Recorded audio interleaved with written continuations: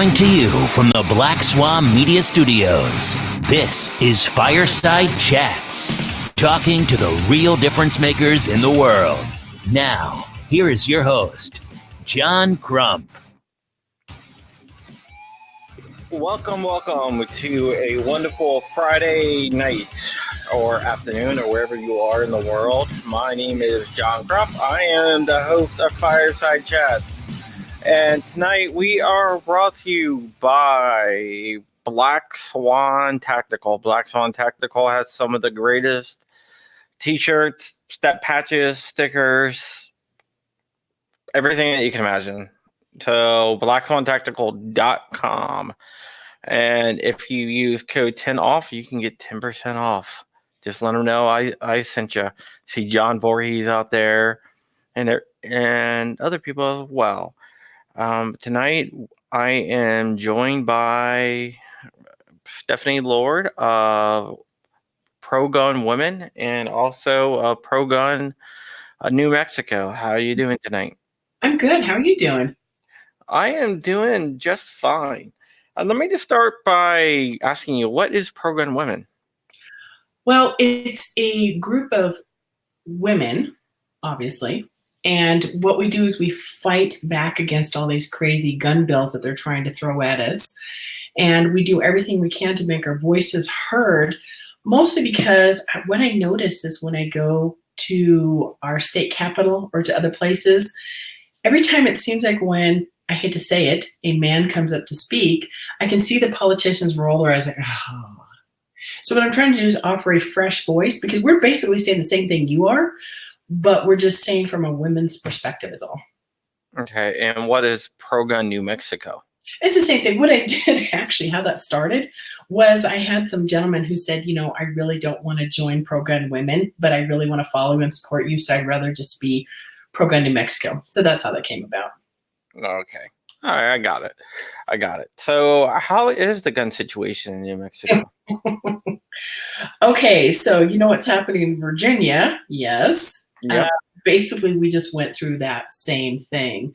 So what happened was, what makes New Mexico a little different is that we had a bunch, it's a blue state, right? But we had a bunch of pro-gun Democrats. I know that is... Which we don't have. Right? Most people don't have, but we had... They're very old school Democrats, and they were very pro-gun. So when I moved here from Idaho, which is now they're being taken over by Californians. Sorry, I'm an ex-Californian, but boy, when they go places, they like to ruin them. I hate to say it. Yeah, why is that? Why do they say, hey, it doesn't work here, so I'm going to go somewhere else? And then Okay, so I can talk to you because I was raised in a very, very liberal household, and I was raised uber liberal, and it just never fit with me.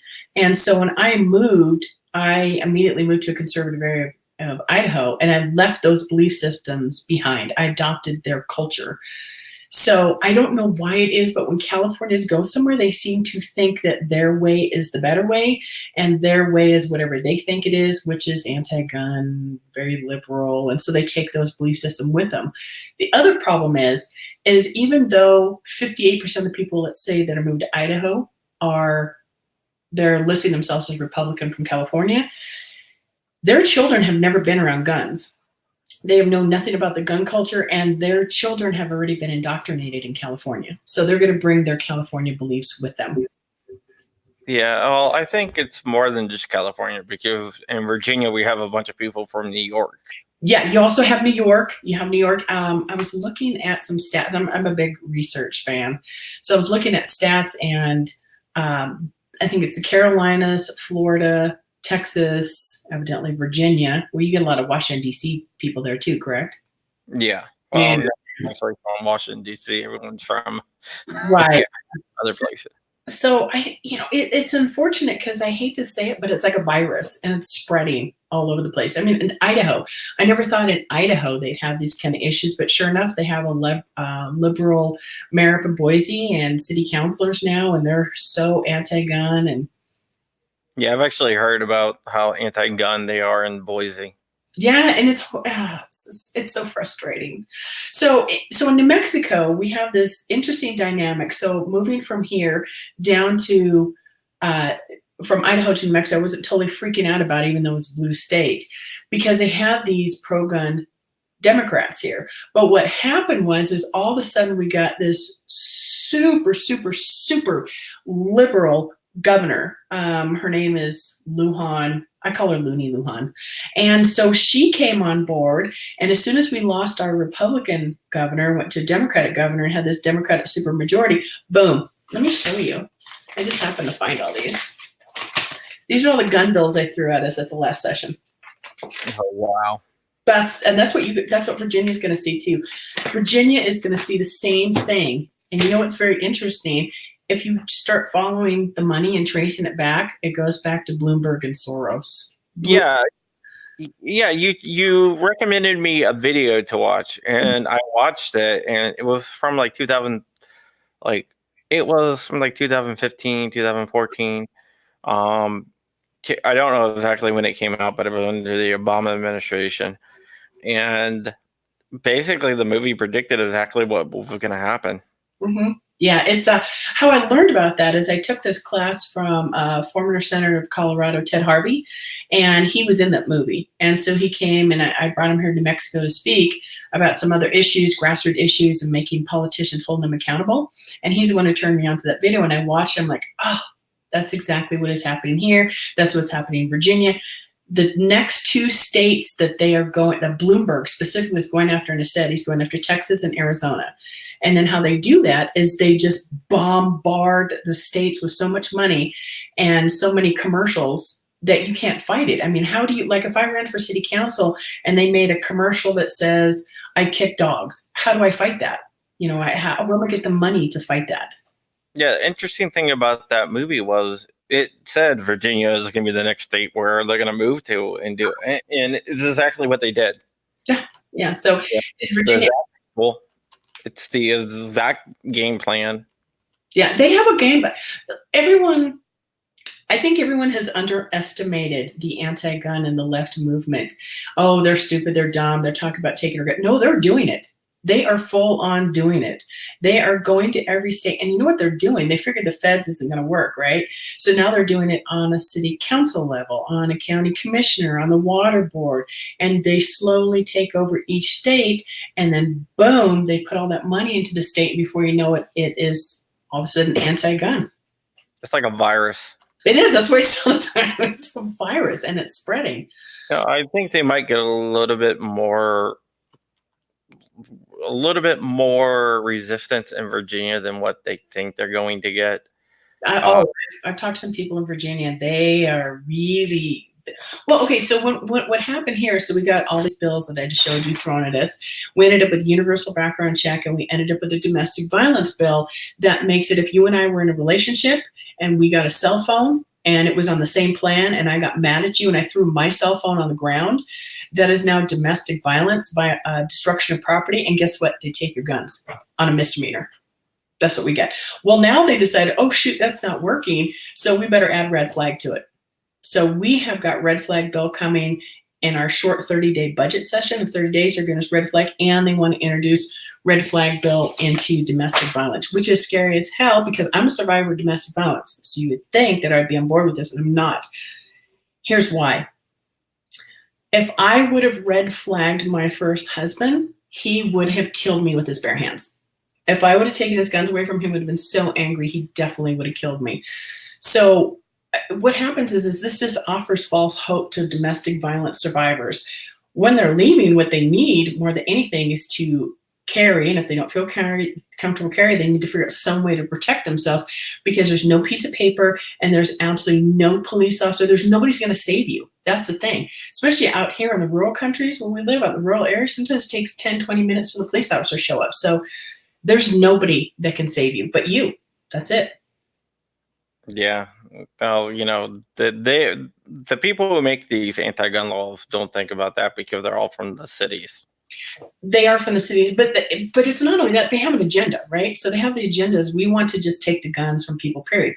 So what a better way to do it than to do this red flag thing? Because what the red flag thing does is, instead of taking all the guns at once, they can start this way and say, well, this person's mentally unstable, we'll label them as such, and we could take the gun and nobody's really going to care because, they're kind of crazy, so we'll just do it that way. So it's in a slow and insidious and a chipping away of our rights, and the red flag's just part of that. Yeah, there was a guy that got in an argument with on Hank Strange's show who was a cop. He is a member of the Blue Rifle Society, which is a cop group named JP, and he was basically defending red flag laws, saying, how they're not bad and we need them and stuff like that. It's like, no, we don't. And every example that he brought up, it was like, well, what happens if a guy goes into Walmart and he's threatening to shoot it up with a gun? It's like, well, that's not exactly a red flag law, know? Right. Or what is it? My thing was, if there's enough evidence to take their guns, there's enough evidence to arrest them. Ta-da! That's an excellent point. I've said that numerous times. Okay, so if somebody is so unwell, I don't want to use any other word than that. If they're so unwell that they're going to harm themselves or others, then why would you go in and just take the guns and leave them alone? I mean, that doesn't make any sense. Why would you possibly do a no-knock warrant on somebody and kick their door in where somebody could get shot and killed? Why are you just going to take their guns? Why? They never want to deal with the root cause. Like, why are the people who need help not getting it? And the other question is, why do we have so many shootings these days? When I was a kid, we didn't have this. People had shotguns, even in California, shotguns in the back of the pickup trucks at the high school with the windows down. Nobody ever stole the gun. There was no shootings. What has gone crazy between now and then? I think a lot of it has to do with fame seeking. There's actually a study that says 95% of all mass shooters, part of the reason why they do it is to seek notoriety. Mm-hmm. And there's a lot of notoriety now on social media. Yeah, there's a lot of notoriety. I mean, look at the Boston bomber. I know it's not a mass shooting, but he was like on the cover of Rolling Stone magazines and everywhere else. Getting back to this guy that I was arguing with, JP from Blue Rifle Society, he was like, well, people do get their due process and red flag laws. Here's the thing. He's like, well, they can go to court and request their guns back. I'm like, that's not due process. Due process, if you take it away from me, then me fighting to get the right back. Right. Due process.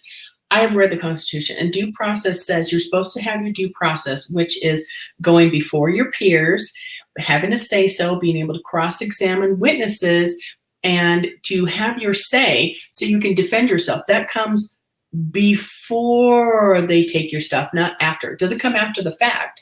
And not only that, with the red flag bill, from what I've been reading, a lot of this stuff is so somebody says, hey, I think this person's a threat to themselves or others. The judge is going to look at that, or whoever's going to look at it. The checklists are going to check and go, well, shoot, I'm not going to say no, because if this person does something, I'm going to be liable. So boom, we're going to go ahead and pass it along. Then when they show up in 14 days, I read California attorney said it's $15,000 to $25,000 to hire an attorney to defend yourself. And you have to defend yourself or you can never carry a gun again. Yeah, because you don't get a public defender. No, you don't get a public defender. That's what people need to realize. This is a civil, not at least, I mean, it kind of blurs in some lines, but it's a civil case. You don't get a public defender. You have to buy your own. Then when you go, you have to go see a psychologist to prove that you are not mentally unstable. You probably have to get some references. You have to do all the stuff. You take time off of work. And what if it's a false charge? All of the bills that I've read have no clause where you get to go up to that person and sue them. So you're just out of money. You're out of luck. You're out of $15,000, $25,000 just to clear your name. That's not due process. Yeah. Most places that try to put in a wrongfully accused clause, it's been defeated because they don't want to wrongfully accuse clause in there. I think they just want as many people to red flag as many people as possible. That's what I think it is too. And like I said, if you look at the bigger picture, what a great way to start taking guns away. Wow, it's in the paper. Everyone gets used to it. All these gun people are kind of crazy. Some people shouldn't have guns. And then when you read the stats, well, how many crimes has it prevented? We don't know. We have no idea. There's no way to do any stats on it. How do you know whether somebody was actually going to do something or not? Well, you know, unless you're into Minority Report, like yes. When I watched that again the other day, I was like, oh my gosh, this is exactly. Who would have thought that it would have been a documentary of the future? Right? It's like 1984, and what's the other one? I always think it's like so many movies that were made in the past that they're coming true now, and you're like, wow, who knew? But here we are. Yeah, Orwellian world now. Very Orwellian, extremely. It's kind of frightening, but you know, Saul Alinsky came along and the hippies came along and they had a great plan for them, and they have just unrolled this plan slowly over time, and they're going to keep going until they get their agenda passed, which I guess is no guns and socialism and free for everybody. Yay, free things. Yeah, rules for radicals. Mm-hmm. Yeah. Well, I called this guy from Blue Rifle Society an oath breaker, and he was like, "Well, I was in the military." I was like, "Did you break your oath there too?" Right? What is that? He didn't like much. I can't. Well, I'm going to say this. So I go out and I speak all over New Mexico because part of my thing is to educate people, right? And a lot of times I speak with the sheriffs, and I actually met with this politician who tried to convince me that, oh, there's a red flag bill that gives due process, and I'm like, okay, which one gets you go to court before, and you get to testify and examine witnesses? And he said, oh, there's a great one in Maine. So I had to go look it up. Maine is the one with a 72-hour hold. You get a psych hold. So imagine going to, what are you going to call your work? Oh, sorry, I can't come in for 3 days. I'm suddenly on vacation. You're going to lose your job. You're going to lose, if you have a high security clearance, any of these red flags, you're going to lose your high security clearance anyways. So he's trying to convince me that a 72-hour psychological hold is better. Now, on top of that, it's not even a therapist that's diagnosing, you could be a nurse. And she decides whether you get your guns taken or not a judge. I'm like, no, that's not due process. So I think the big push we need is that people don't understand due process. Yeah, but like these extreme risk protection orders, the ERPO, which are red flag laws. I tried to figure out how many were granted, but they're in secret court, so you really can't get that statistic. But what you can get is the percentage of search warrants that are approved, which has a higher, a higher burden of proof. Yeah, and those are approved at a rate of 96%. And like I said, with a higher burden of proof. Yeah, people don't understand burden of proof either. There's all different levels of burden of proof as well. So, yeah, it's the reason I started with the program women is because I was watching what was happening all over the United States, and it's spreading right from state to state to state, and like. You guys have the same thing we have going on. In New Mexico, we got a whole bunch of our sheriffs who backed up the Second Amendment resolution.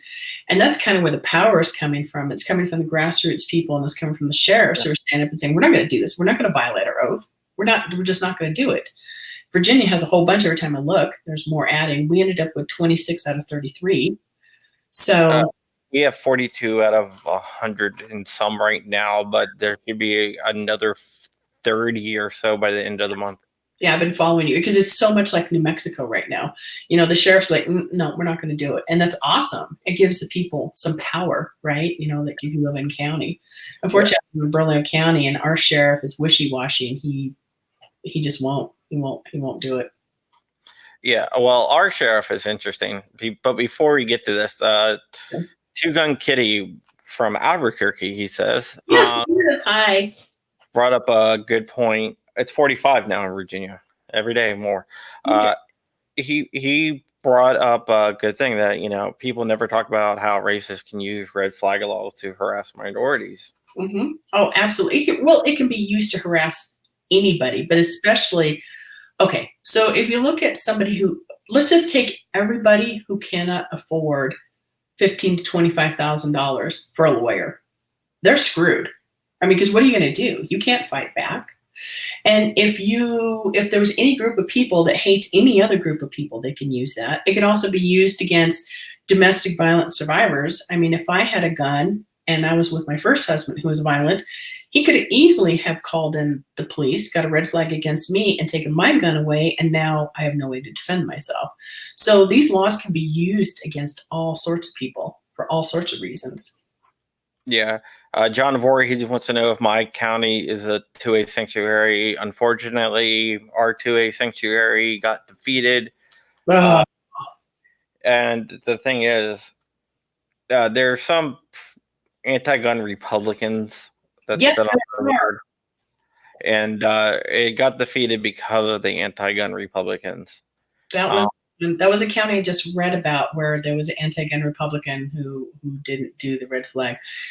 Here's what I need to tell people need to understand. When it comes time to calling your politicians, I know a lot of people will say, well, my politician is a Republican. Well, guess what? Some of them are on board for red flag. Well, I knew he was anti-gun. His name is Ron Meyer. Yeah, that's the one. And I knew he was anti-gun. He does not like me at all. Good. I actively campaigned against him in one of the primaries and and he lost the primary. Anybody who says, well, I have to pass what the Democrats want because that's the only way we can win. That's a quote. Yeah. Well, I'm like, then why wouldn't we just vote for a Democrat then? Why don't we just get a Democrat? Well, here in New Mexico, we can. We can actually vote for a Democrat that is very conservative. So we do have that here, but most places do not. So, yeah, I don't understand these. Okay. Vice President Pence was pushing for red flag bill for a while. He was like, yay, Indiana's got a great red flag bill. And I went to actually a Trump rally and I got 700 signatures to send to Trump and to Pence to say, no, your voters don't want this. So I sent him those, and I'm not going to say I had anything to do with it. It was probably just a fluke. I think about 3 weeks later, he said he wasn't going to bring it up, but he was getting a lot of pressure from all the groups were putting pressure on him at that point. And that's what this really is all about. We have to keep putting the pressure on, including the Republicans, because there are Republicans that are very squishy and they are not truly for this. Well, they'll say they're for the Second Amendment. Mike Bloomberg says he's for the Second Amendment. That means nothing. You have to ask them, do they understand what the Constitution is and do they understand what due process is? Yeah. Oh, and Brett wants to know the appeal cost of if you lose a red flag law appeal. And it's civil, so it's about the same. And if you aren't successful, what is the appeal cost? Who even know? I don't know if you can. I have no idea. Honestly, it's a great question, Brett. I love you. And I don't know what the answer is to this, but you know what I'm going to do, right? I'm going to make you go research it, Brett. Tell me what the answer is. Well, Yes, that's a really good question. Yeah, because I don't know if you really can, because like you said, it's not totally criminal. It's more civil. Yeah, and I think I'm just gonna say I think in a civil decision, it's just done. I don't know. That's an interesting question. I know there's some laws across the country where you can try to get it done again, but you have to wait a certain time period, whether it's 6 months, whether it's 90 days. Yeah. Yeah, well, from what I'm understanding about with the red flag, what it says, Brett, to answer part of your question, and all the red flags I read, and I've read quite a few, and what it says is you get in 14 days, you get to go to court. And that's when you get to say, hey, I'm not crazy. I'm really innocent here. I'm not really guilty like you said I was. And then if the judge believes you, the judge has a right to give you your weapons back at that time. If the judge doesn't believe you, they automatically extend it to 1 year, or I think in California it's 5 years. Yeah, it really depends on the state where it is, of how long it gets pushed out. And you also have to go ahead and do the whole thing over again. get an attorney, get all the tests, and all that other good stuff. Which is So everything I've read to address that is that it's just automatic. I don't think there's any appeal process in there. I'm sure it's probably individual state by state, but for the one they had in New Mexico, it's like boom, just automatic 1 year. California, I think is what, 5? I think they just pass it to 5, some ridiculous amount of time. Yeah, it's something like that. The smallest I've seen is 90 days. Wow. The longest I've seen is 5. Yeah. So I think you're pretty much stuck with it. And then, you would. Civil court, if you're going to appeal, boy, you'd have to go back all over again. You'd have to rehire that attorney. You'd have to see some more therapists. You'd have to you're proving that you're innocent. So after you've been convicted sort of as guilty. Yeah, it's definitely a violation of the 4th and 5th Amendment. Oh, yeah. Yeah, they just like to trample all over our amendments. And then in the name of safety. Oh, yes. In our Constitution, New Mexico, we have a horrible thing that says if something's for public health or safety, and that's everything. So no matter what they pass, they go, oh, that's for public health and safety. Oh, we're going to pass this? Public health. We're going to make it automatically where everyone gets to vote. Well, that's for public health and safety. So yeah, well, good thing with Virginia is that we don't actually have that. And we actually have our own Second Amendment, which is actually stronger than the actual Second Amendment. It's not, I wouldn't say stronger, I would say it's more clear. Yeah. Ours, the nice thing that ours says is that no municipality or county shall regulate any way of your right to bear arms, which is ironic because our mayor did an executive order to say that nobody can carry now in community centers. And the reason he stated it is because there's so much violent crime around community centers. Isn't that exactly where you'd want to carry a gun? Where there's violent crime happening? But anyways, that was his reasoning.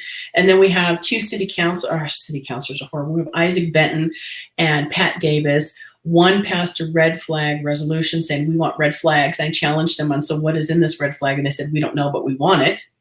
And then they want to make it so that you can't carry in a park or anything that belongs to the city, which is ridiculous because we have a tremendous amount of crime just in general in New Mexico and especially in parks. But now they want you to carry because there's crime in parks. I can't wrap my head around why you don't want people to carry where there's crime, but okay. Yeah, I mean, it's more that they want people to be dependent on them. Mm-hmm. Yeah. But like I said, in Virginia says that not only can municipalities not regulate the right to bear arms, but the state cannot regulate the right to bear arms. But when our attorney general was asked about that, he said, we will pass these laws and people will obey them. Yeah, that's what we get here too. They will obey them. You're going to obey these laws whether you like them or not, because we don't work for you anymore. We're just smarter than you, and we're going to tell you what to do. Yeah, it really is insane.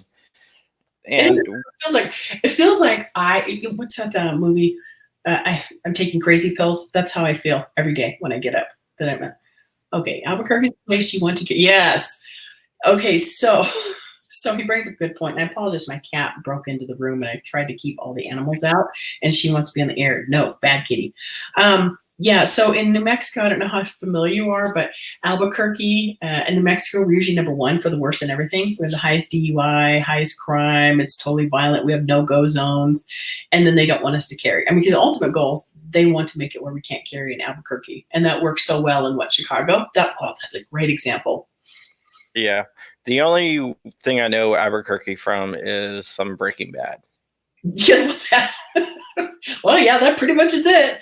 We have a lot of meth and we have a lot of drugs and we have the highest DUI. We have the worst crime. We have so much stuff. It's ridiculous. But how they're going to fix that is by taking everyone's guns away, because that'll fix it. Right? Yeah, that's what you start going, no, not so much. That is actually how it works. Criminals really don't obey the laws. Oh, yeah. And Brett said the other bill that they want to pass there is that we must lock our guns up in our house and in the car at all times. Because if your car gets stolen and it's not locked up, you're responsible for being stolen. So what are these no-go zones in Albuquerque that you and Two Gun Kitty and Brett are talking about?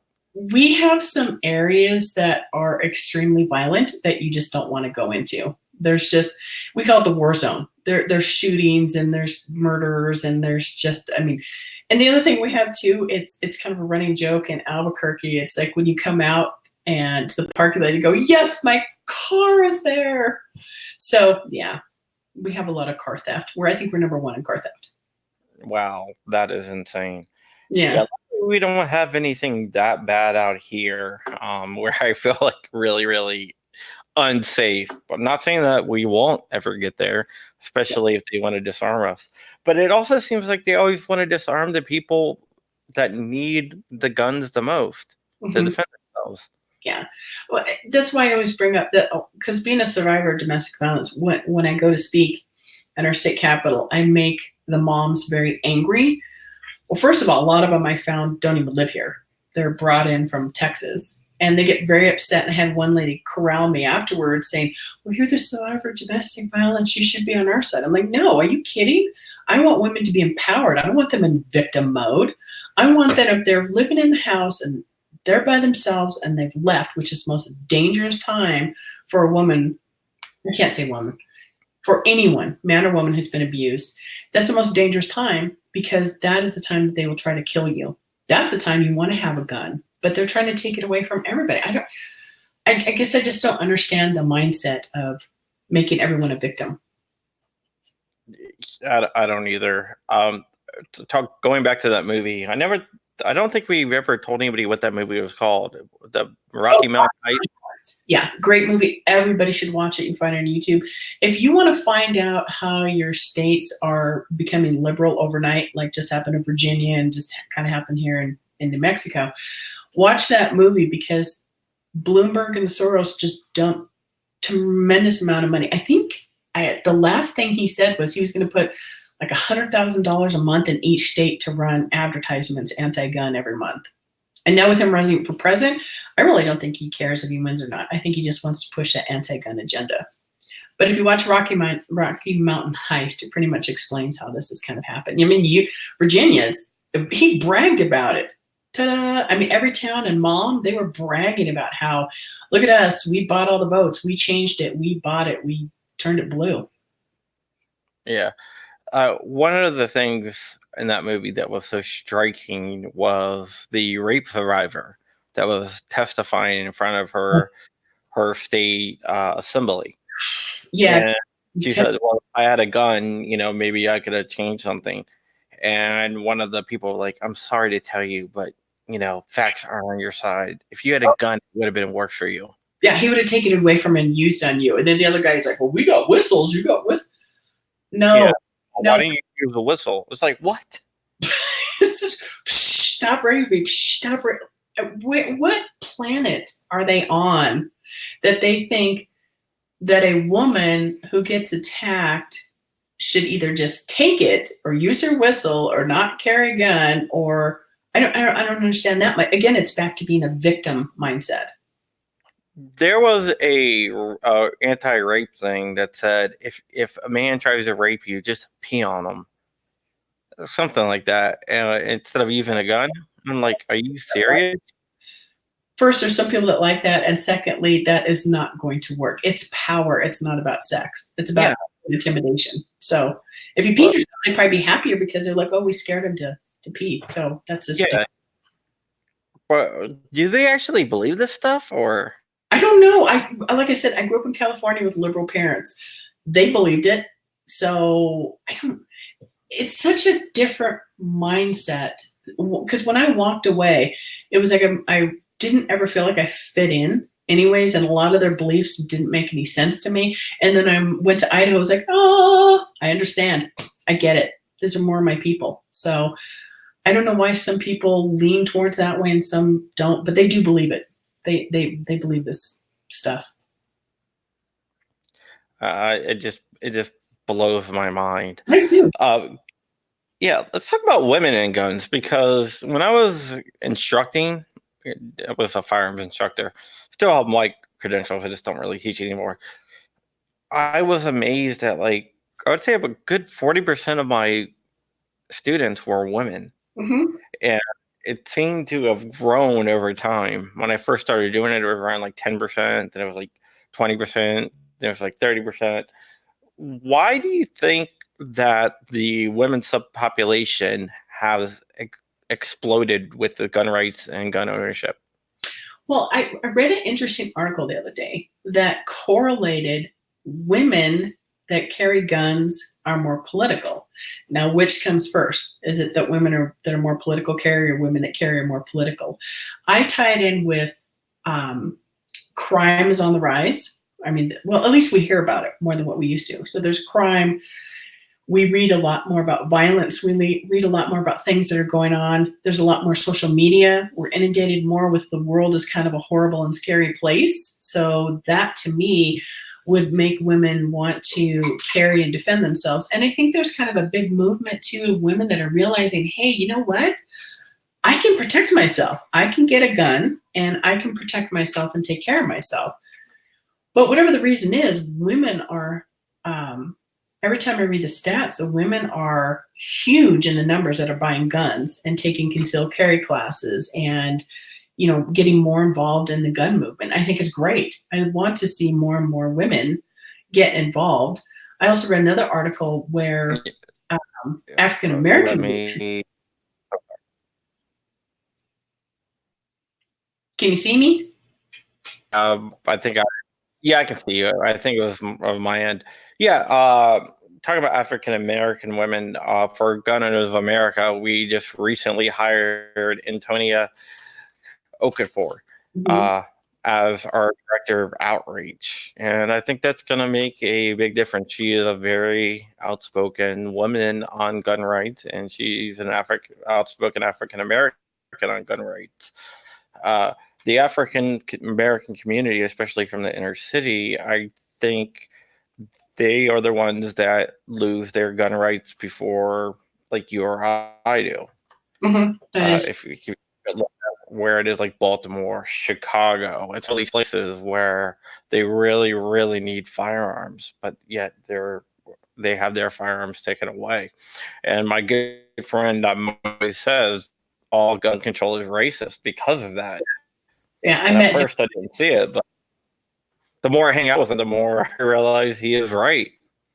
Yeah, it is true, because if you look at the areas where they tend to take the gun rights away, it's more inner city than it is in other places. So yes, I absolutely, and I have met Taj as well, and absolutely, there is a whole lot of racism that is tied behind that, because if you look at the areas where they're more likely to take gun rights away, it's more of an ethnic diversity than it is in the white suburbs. Yeah, the original gun laws were Jim Crow laws. Mm-hmm. Absolutely. So I mean, there's all kinds of horrible things that are tied in with the gun restriction. And I think the hardest thing is that every day I wake up and my head explodes, because I go, oh, I can't believe, now what? It's never ending. It's like it's nonstop. It's almost like they're trying to wear us down. You know, like we just keep throwing these things at them. It'll wear them down and everyone will just get defeated. But what they don't realize is, boy, there's a lot of grassroots people all over New Mexico, and there's a bunch of grassroots people in Virginia that are ready to fight back. Oh, yeah. So in New Mexico, what is the biggest challenge to the pro-gun people? I would say the biggest challenge has been, well, there wasn't a big push to defend gun rights until this session. So actually, with this session happening, it actually woke a bunch of people up. So now they have people awake. They're like, whoa, what do we do? Because it can be overwhelming, right? All of a sudden, we have this extremely liberal governor, and we have a whole bunch of extremely liberal people in the House and the Senate. And then we got Bloomberg back in this money. So I think it's going to be, the biggest challenge is going to be organizing everybody and getting them all on the same page and working together, unifying to fight in this fight. Yeah, and we need a organization is. In Virginia, one of the things we have going. What was that? Oh, I said, and we need a billionaire sugar daddy to pay for all the gun bills. Oh. To counter the gun bills. Well, I wish that was me, but that's not me. And in Virginia, one of the things we have going is that we have a strong local organization called Virginia Citizens Defense League that's working with GOA, which is working with all different gun rights groups. And it seems like all the gun rights groups are coming together to band together to defend our rights, which is really grassroots. What's interesting is that our governor was talking about how, it's the gun lobby trying to scare people. It's these unseen people. I want to let him know I am the gun lobby, and I'm grassroots. People who he says is not grassroots. It's crazy. So I think the biggest challenge is going to be because here people just woke up, right? Boom. They just woke up in New Mexico. So now it's what do we do? How do we organize? What do we do? What's the plan of attack? And luckily we do have a few other groups that work together, and I think it's going to take quite a bit of work just because in New Mexico, they're not used to this fight. This is something brand new. They've always had their gun rights. Everything's been okay. And now all of a sudden it's coming from all directions. So it's going to be organizing, unifying, getting everyone to work together and taking people's egos and checking those and saying, okay, we got to work on what we need to work on for the state and for the betterment of this country. It's about the movement, and it's totally grassroots right now. Absolutely grassroots. Yeah. One of the things that really surprised me about Virginia is how people woke up all of a sudden. I wish they would have woke up before the election. Right. Oh, yeah. Yeah. Your election was kind of a lot like ours. It was very, well, I mean, it wasn't totally surprising because we do have Democrats, but we had Democrats that said, oh, well, I'm just your regular Democrat and I like the Second Amendment and everything will be fine. And then all of a sudden they were like a cross between AOC and Pelosi. They're a little on the loony side and wanting to take everything. And so I didn't think people saw that coming at all. So what I'm hoping is everyone's so awake now that they'll start voting differently. They'll start actually looking at so that's actually one of the things I'm doing right now, because I'm a 501c4. I cannot promote or endorse candidates. However, I can give them a grade.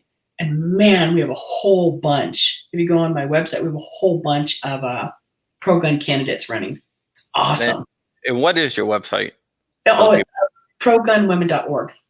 And if you look under there, they'll say 2A candidates, and I'm just starting to get that listed. And I've made them sign a pledge. That says, I promise that I am not going to sign off a red flag bill. I'm going to defend the Constitution. I don't back anything. I'm not going to go, I'm not going to get on board with this assault rifle ban, which makes I'm surprised my eyes haven't rolled back in my head and just stayed there. And the magazine ban, and I made them pledge and promise that they're not going to do that. And I'm going to hold them to it.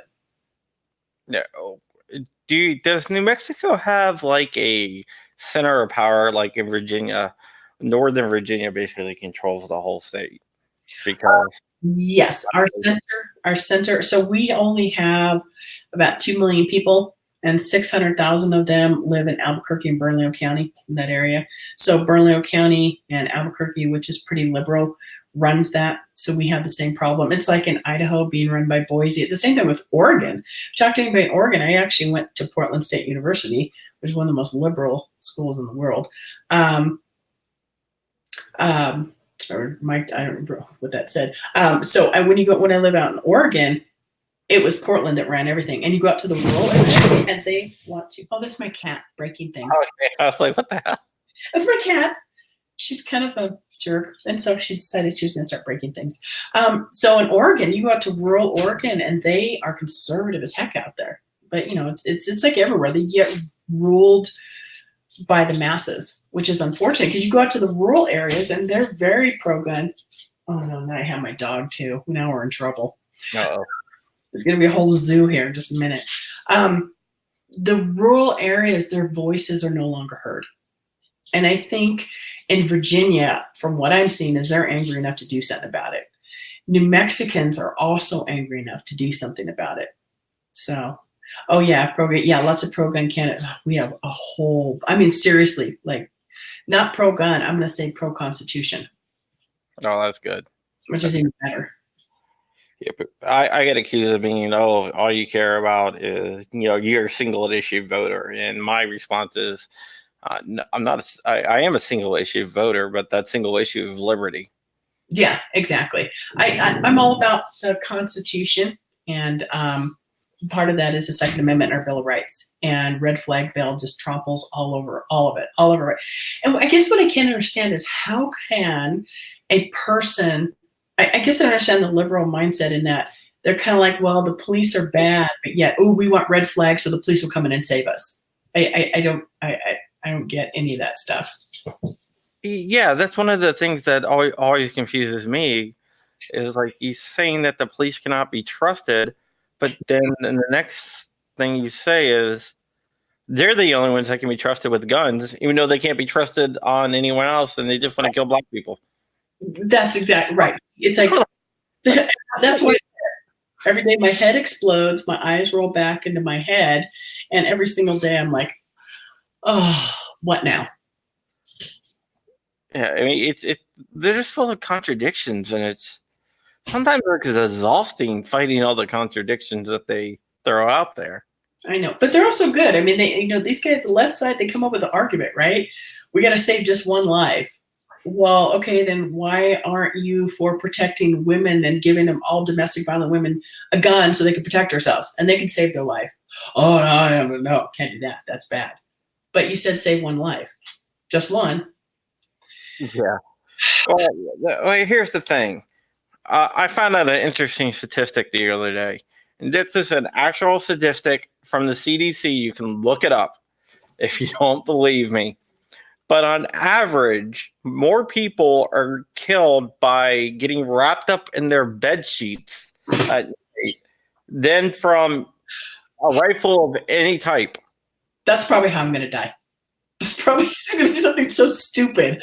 Apparently, people a year die from getting wrapped up in their sheets, and less than 400 are killed by rifles of any type. Oh yeah, I've looked at, well, the CDC came out with that big, I think it was CDC came out with that big thing of, oh, look at all the people that are killed by guns. Oh wait, when we break it down and you take out actually gang violence and you take out suicide, it's a very small number. Oops, we don't like this stat at all. But it's like Bloomberg, when they came out with that study in California that said that universal background checks don't work, that was actually a Bloomberg study. Yeah, I'll look at the assault weapons ban study that the Justice Department did in Clinton. Yeah. So, I mean, when you actually look at this, and that's the thing that drives me nuts, this moms demand action. And that's what we need. That's why we need some change. We need to go whenever they have anything at the city council and the county commissioners and at the state level, people need to show up and be unified and be prepared that moms demand action in every town are going to say stupid things like, well, 90% of the people want more gun laws. Well, who did they ask? How many people did they ask? Did they go to a liberal place that's anti-gun and ask them? I mean, who did they ask? I mean, when you look at the stats, you start to back it up. Where did these stats come from? They're usually very flawed and very skewed. So, but they'll use all these stats, and you have to be able to counter them. You have to be able to say, no, that's not true. That's not applicable. For my writing, I actually tracked down a bunch of the stats, and one of the interesting things I found out was there was a anti-gun group saying that it was I can't remember now. I can't remember the anti-gun group, but it was every town. Every town. They said they got their information from Giffords. So Yes. I went to Giffords. I was like, well, where did you guys get this information? Because none of these people listed it on their site. And then they pointed me to an article from the Brady campaign. So the Brady campaign, I was like, where do you get these statistics?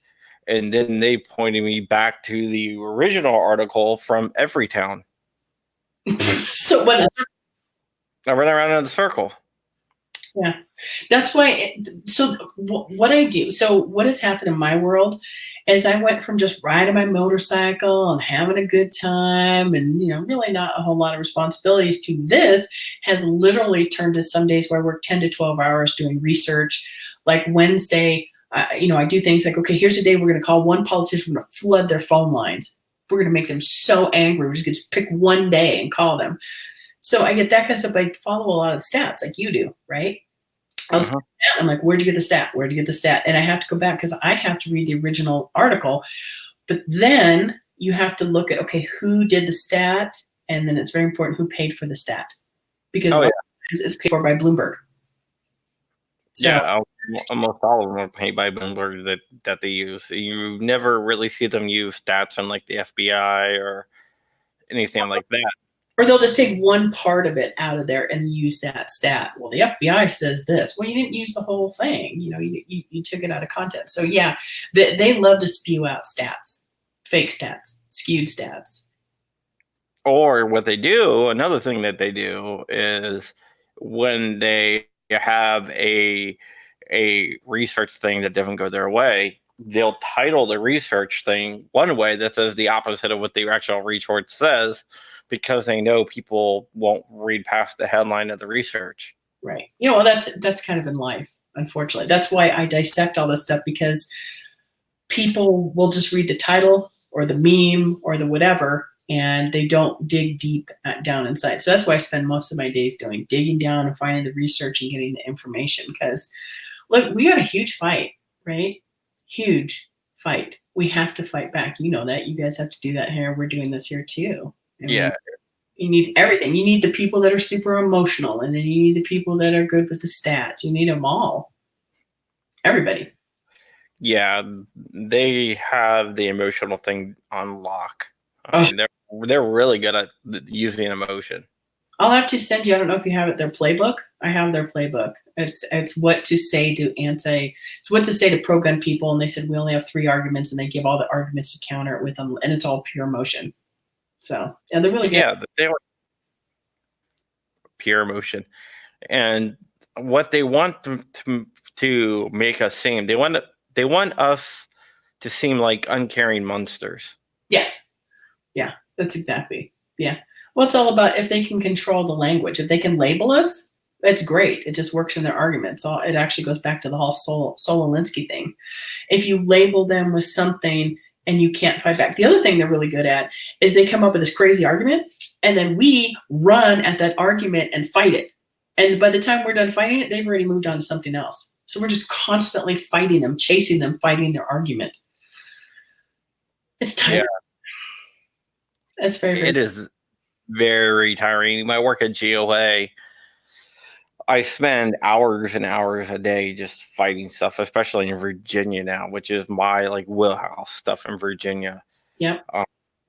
And the same fight we do. Yeah. Fortunately, there is hope. There is tactics that we can use to defend our rights in Virginia. Thank God our state constitution is extremely strong on 2A rights. It's just going to depend on how we can use that. I don't want to give away too much that we're going to do, but... do you guys have a recall in Virginia? There's no way we can have a recall in Virginia. We do, but it's not going to happen. Our burden is way too high. Yeah, I mean, Colorado was able to do that successfully, but we don't have recall in our constitution. Yeah, what we're gonna do is we have plans, but what we're gonna do is, I think it has a good chance of working, and I hope that it does work. And that, or the pro-gun sheriff can just go ahead and deputize everyone. Yeah, I really like that idea. One of our sheriffs actually posted that, said, I'm like, I'm in. I'm so in on that. We have a whole bunch of people that would love that. Yeah. Oh yeah. Well, there's a few that are actually seriously considering it. Just deputizing the whole county. Good. They should. I mean, look, It's not. They're violating our Constitution. Straightforward violating our Constitution, and every sheriff has a right, and they're supposed to defend the Constitution. So for them to go against that goes against everything that they are supposed to be doing. So I'm really proud of our sheriffs in New Mexico. I'm proud of the sheriffs of Virginia. I'm proud of the sheriffs in all the different counties that are backing the rights of the people. I mean, because they answer to the people. Yeah, one of the things that they're thinking about doing to the sheriff in my county is he's pro Second Amendment. So what they want to do is to dissolve the sheriff department and replace it With like a police department that would report to the liberal board of directors. That's I've seen that as one of the tactics. Get rid of the sheriff's department, because the sheriff's department. Well, I don't know if you know, in New Mexico they call our sheriffs rogues. They're rogue sheriffs. So we're very proud of our rogue sheriffs out here. And I don't know if you know the story, but we were going to the Brown House. It's our state capital. We were going there to fight all these crazy bills, and it was a whole bunch of citizens and a whole bunch of sheriffs. In the beginning, there's all these people that come to fight the bills. And I was talking to Tony Mace, because what he did is he was coming home as one of our sheriffs. He was coming home from one of these battles, and we have got sanctuary cities for illegals. Do you guys have that in Virginia? Yes, a couple different places. Okay, so he was coming home and he said, if they have that for illegals, why can't we have it for Second Amendment? So he came back, had their, I think, Cedar County attorney write it up, and that's this right here, this resolution, the one I tried to get passed in Bernalillo County, and they drew that up, and boom, it exploded. You know how it's just doing in your state? I mean, Virginia's just blowing up. Same thing here, just boom, blew up overnight. So I got to give a lot of credit to Tony Mace for coming up with that idea and drafting it for the first time. It was awesome. Yeah. GOA, we have, if you go to gunownersaction.org/SASO, we have a draft of our Second Amendment sanctuary ordinance. Cool. One of the things that I like about ours is anyone who helps an outside law enforcement enforce a gun law in a Second Amendment sanctuary, anybody that helps enforce a gun law in a Second Amendment sanctuary is automatically fined like $5,000 per incident. And I think like any organization that helps is automatically fined $10,000 per incident. I'll definitely go take a look at that. I mean, and these are the things we have to do, right? At a grassroots level. These are all the little things, little incremental things we have to do to keep fighting. And I beg people, please pay attention next time you vote. I mean, seriously, pay attention. Don't vote for somebody just because they have a D or an R or an I or anything else. Make sure that you quiz them and you hold their feet to the fire and ask them really hard questions like, what's due process? And when does due process come, before or after? And if you were elected, would you vote for a red flag bill? If you were elected, would you vote for universal background check? Would you vote for, because you can't ask them if they stand on the Second Amendment. Even Moms Demand Action say they stand with the Second Amendment. The questions have to be a lot harder to these candidates when they're running. And when they violate that, you got to go after them. You have to go after them. Yeah, I call them Second Amendment butts, because they were saying, I support the Second Amendment, but yes, I like that. I'm going to start using that one. But you got to ask those questions. You can't. You support the Second Amendment? Mm-hmm. Yep, absolutely, I do. And then they go in and they vote for a red flag bill. Yeah. Well, look at Joe Biden. Joe Biden says he supports the Second Amendment, but yet he wants to ban all 9mm guns.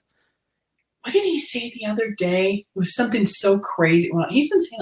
When he called the guy a liar and called him fat and challenged him to a push-up contest. No, that's awesome though too. I like when he bit his wife on the finger the other day too. And he talked about his leg hair. Seriously, Biden family, you need to take your Joe Biden and get him some help. He's gone off the deep end. Yeah. But yeah, but here's the thing. It's like, you look at the Democratic side and their entire platform right now is taking the guns. It's at least one thing. They finally have come out of the closet and they're just saying it now. Yeah. I mean, they want to pass the gun laws in Virginia. We are the home of Bacon's Rebellion. Anybody know what Bacon's Rebellion is? I'm not going to spoil it for you. Go look it up. Bacon's? Bacon, like eating bacon? Yeah, it's Bacon's Rebellion. It's I don't want to give too much away, but it ended up with rights being violated and the Capitol on fire. Oh, well, hey. So, yeah. Let me just say that. I'm not saying that I endorse that people burning the Capitol down, but I understand that frustration and feeling. And, I'm getting there. And look, here's in all honesty, one of the reasons I started Pro Gun Women is because I see where this country is going. And I'm kind of actually, when I die, hopefully no time soon, I want to say at least I tried to do something to stop this. And I really hope that things don't escalate, if you know what I mean. I would really hope that we can handle this civilly, but I'm beginning to really wonder. And it scares me. Oh, there is a tipping point, and I don't know if we're past that tipping point or not, which is a very scary thought. It is, and I don't want that. I want us to be able to figure out how to do this, working with the laws and the Constitution that we have and applying it and fighting our way with pen and paper and our voice out of this. Now, Bacon's Rebellion, Cowboy. Bacon's Rebellion. Matt, who we call Cowboy, is the producer of the show. And I'm trying to tell him it's Bacon's Rebellion, not Bacon the Rebellion. Hey, Bacon is a guy's last name. Anything with bacon is good. So it's gotta be good. Yeah, this is a guy. His last name was Bacon. Yeah. So now I'm going to go Google the Bacon Rebellion. Yeah, it's a good story. Anyways, it's just interesting to watch you guys in Virginia going through the same fight that we're going through. It's just insane. And I think Texas is going to see that. Arizona, I mean, Bloomberg already said that's who he's going after next. So, I keep thinking, well, gosh, if I move, where would I move to where it's not happening? Maybe Wyoming or South Dakota? I don't know. They're going to go for those states too. So everyone's got to stand where they're at and fight. There's no way you can go. Yeah, they're gonna try to chop us down little bit by little bit. Yeah, a little bit. Well, they've been doing that forever. It's like, well, we're just going to pass this, and then we go, okay, all right, you're just going to take the bump. Okay, you can have that. And it gets us conditioned to giving up our rights. Yeah, it's like people, I don't care about bump stocks. And I'm like, that wasn't the point. Yeah. Well, that wasn't the point. It was the fact that, it's well, now that they've declared, well, accessories aren't really part of the Second Amendment. So we'll start taking your second. What did they do? Oh, it was Washington that passed an outrageous tax. And that's the other thing too, like, well, we'll just tax them, give this big old tax. Nobody can afford guns. Yeah. Well, I mean, I think that's going to be overturned. Because I honestly believe that is unconstitutional.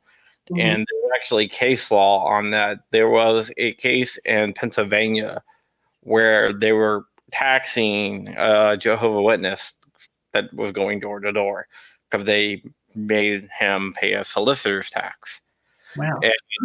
And the Supreme Court ruled you cannot have you cannot directly tax it, right? Which means if, which also brings up the whole NFA thing, but.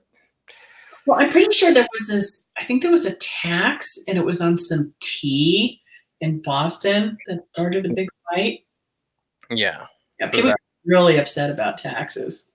Yeah, but basically what the Supreme Court ruling says is you cannot directly tax a right. You can tax something that, an actual cost. So, background checks passed. I don't like them, but the way that they can get you to pay for background checks is they charge you for the actual amount of the NICS check. Yeah. But they can't charge you a fee on top of that because that would be a tax on a direct right. And that's one of the reasons why they don't do that. So with taxes on ammunition and such, I don't think that's going to stand. I do believe that NFA is an illegal tax. And one of the lawsuits about the NFA that is going through the courts right now, actually a couple of them, are actually bringing up that point of the Pennsylvania ruling, saying you cannot directly tax a right, and that's a direct tax on a right. So that is one of the ways that there's NFA lawsuits going through right now. Yeah, there should be lawsuits everywhere. I think that's always the most surprising thing for me is everybody says, well, this is not constitutional. And then I'm like, well, wow, it's actually been in Connecticut since 1999. And I have yet to see the red flag, as far as I know, and I may be wrong, heading towards the Supreme Court. Well, one of the things that I found out when I was researching that exact question is that what happens is before the red flag laws get up to like a level higher than the state court, Right. the jurisdiction usually drops it after a couple rounds of appeals. Yeah. Yeah, so it's currently nighttime in a dummy, but I have some really, really secret news. My son's video went off on my phone. You guys, really secret news. No, my son was watching my phone earlier on. Oh, but yeah. So and it's just not in Colorado. Not Colorado, in Connecticut. It's in other states too, which is very interesting. It's just that they never let it get up high enough. Because it's just like the case that's currently in front of the Supreme Court, where New York knew that it was unconstitutional, so they try to get rid of the law. Right. Yeah. You stop it.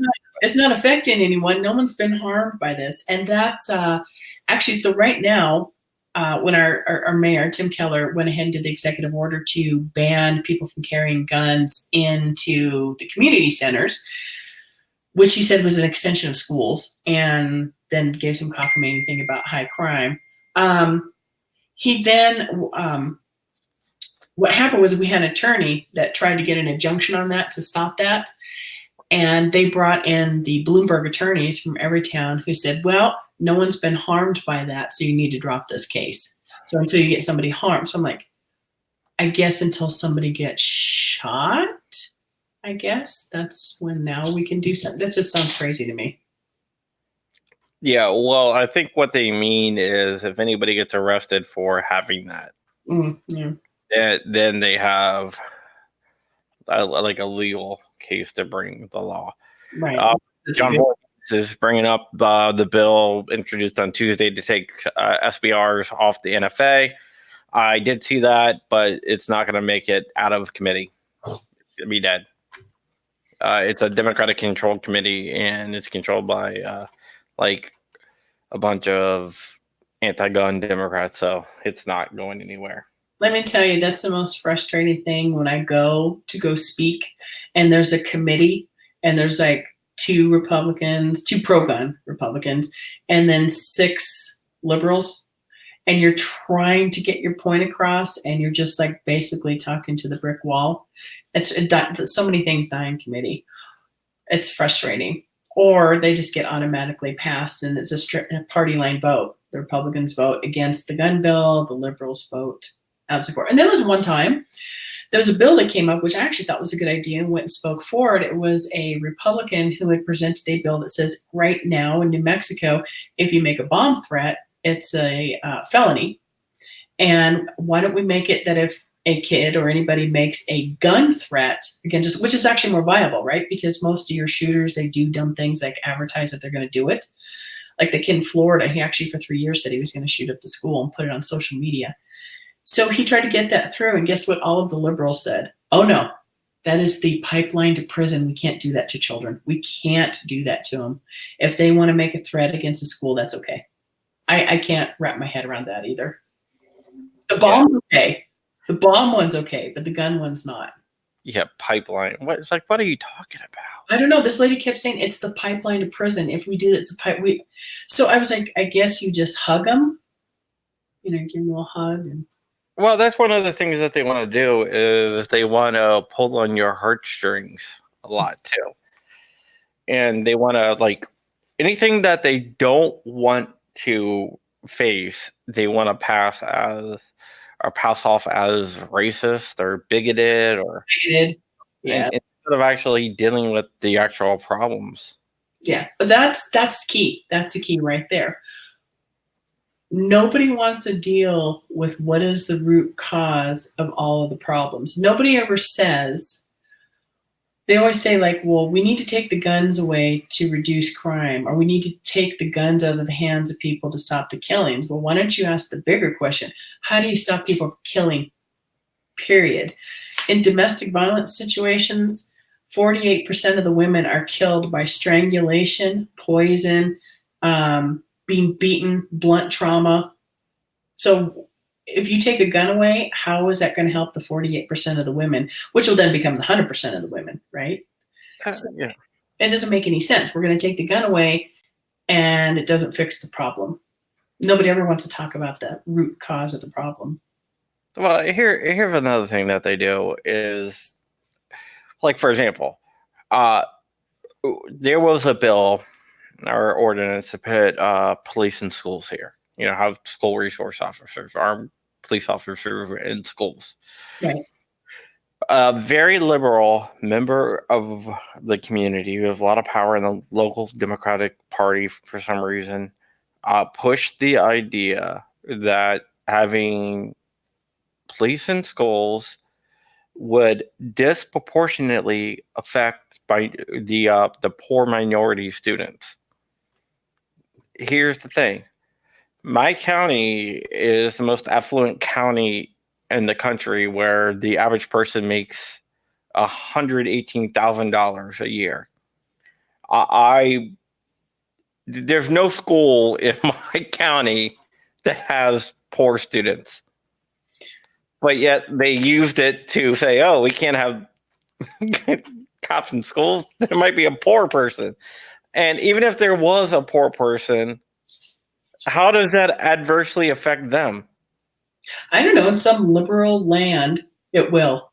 In the land of unicorn and rainbows. Yeah, stuff like there's non-existent poor people that might be, adversely affected by a cop with a gun in school for some unknown reason. I don't get it. Yeah, there's a lot of things I don't get. And one time I did a whole bunch of research on how many mass murders that there have been without a gun involved at all. 9/11's the obvious one. But one of the biggest killings that ever happened at a school was by explosives. And yeah, it was explosives. And I'm like, okay, so there's explosives. I was reading all these things that people that poisoned in trains. There's so many ways to kill people, but nobody ever wants to address, how do we stop those people from doing mass murder, period? Not with a gun, but period. Do you know the most likely way of getting murdered in a school is? What? It's by being beat to death with either bare fist or feet. I thought you were going to say the sheets again. Wow. No. I believe that, because why not? I mean, if the kid didn't have a gun on them, even if you took every gun in the whole world and poof, they just magically disappeared, it's not going to stop a child that wants to kill another child. It's not going to stop anybody from killing anybody. That's the thing. That's the thing I don't get what's going on. Kids are being raised wrong. Yeah, that's true. And they feel they're very entitled. And you can't punish them, and you can't discipline them, and you can't do anything. Because if you're a teacher and you do that, you're going to get in trouble. Yeah, well, that's why I put my kids in private school. Yeah, that's why my grandkids are being homeschooled. So, So there you go. So they're influenced by that stuff. All right, Stephanie. Well, it's been a little bit over an hour. I usually only go about an hour, but it's been a little bit over an hour. But that is fine. But I want to thank you for coming on. Anything else you want to share with us before we go? The only thing I want people to realize is we have to fight. This is a fight for everybody. You can't sit back and say, well, I'll let somebody else do it. No, we all have to be involved. We all have to send the emails and sign the petitions and make the phone calls and go to rallies and show up at all the county commissioner's office and hold the politicians' feet to the fire. We all have to do it. Yes, we definitely do. We definitely do need to do that. Mm-hmm. All right, guys. Thank you once again, Stephanie. Give you out your website one more time. It's progunwomen.org. And Stefani is our correspondent from New Mexico. Mm. I just named you a correspondent, by the way. So, yeah, anytime you want to know what's going on in New Mexico, let me know, because it's a hot mess over here like it is over there. So, yeah, I'm so busy with Virginia that it's so hard trying to keep up with what's going on in other places. I feel you. But yeah, anytime you got stats you want to share with me, share them. I'm a stat freak. Oh, at your local level. Yes, definitely. Fight at your local level. Seriously. I mean, I think people, they've gotten this thing like, well, county commissioner, and no, those things are all important. They're all important. And John Voorhees, I got a date with my wife tomorrow night, so I can't do a show tomorrow if I'm doing a show tonight. Yep. I just want to tell everyone, if you want a really cool looking hoodie, check this out. Let me bring this up. I think cool hoodie. Yeah. It's my No Quarter for Tyrants. Oh, yes. I love it. Absolutely love that. Send me your address and I'll send you some stickers and some patches. I like stickers. Yeah. So send you some No Quarter for Tyrant patches and stickers. Love it. Yeah, but that is all we have. Remember to support our sponsors over at blackswantactical.com, or you can go to patreon.com/John Crump. Or you can do like a super chat, but without the super chat part, at paypal.me/John CC.